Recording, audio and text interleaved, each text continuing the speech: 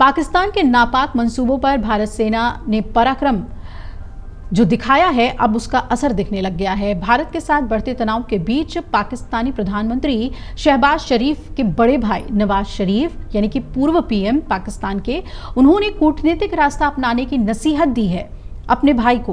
Pakistani media की एक report में ये जानकारी सामने आई है और एक्सप्रेस ट्रिब्यून अखबार की खबर में कहा गया है कि भारत की ओर से सिंधु जल संधि को निलंबित करने के फैसले के बाद नवाज शरीफ लंदन से पाकिस्तान लौटे ताकि वो प्रधानमंत्री शहबाज की मदद कर सके।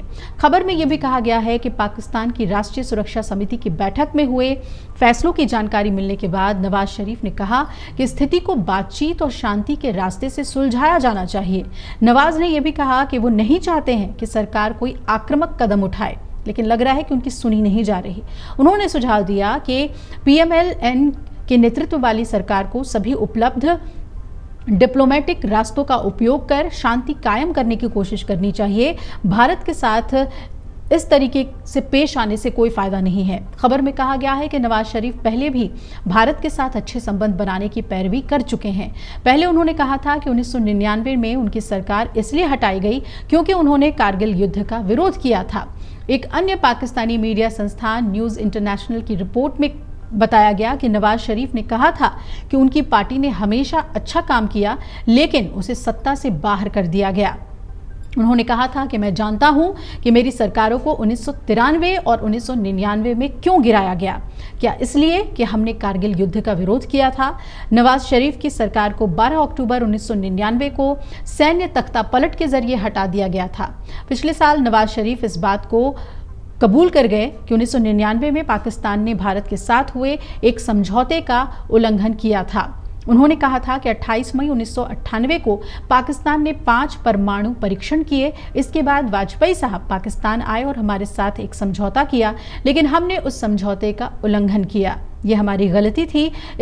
ये समझौता लाहौर घोषणा था जिस पर नवाज शरीफ और तत्कालीन प्रधानमंत्री अटल बिहारी वाजपेयी ने 21 फरवरी 1999 को हस्ताक्षर किए थे, लेकिन इसके तुरंत बाद पाकिस्तान की सेना ने कारगिल में घुसपैठ कर दी थी, जिससे कारगिल युद्ध हुआ। भारत और पाकिस्तान के बीच बढ़ते तनाव को लेकर दुनिया भर में चिंता बढ़ती जा रही है। G7 देशों के विदेश मंत्रियों और सिंगापुर ने दोनों देशों से अपील की है कि वो संयम बरतें और बातचीत के जरिए इस विवाद को सुलझाएं।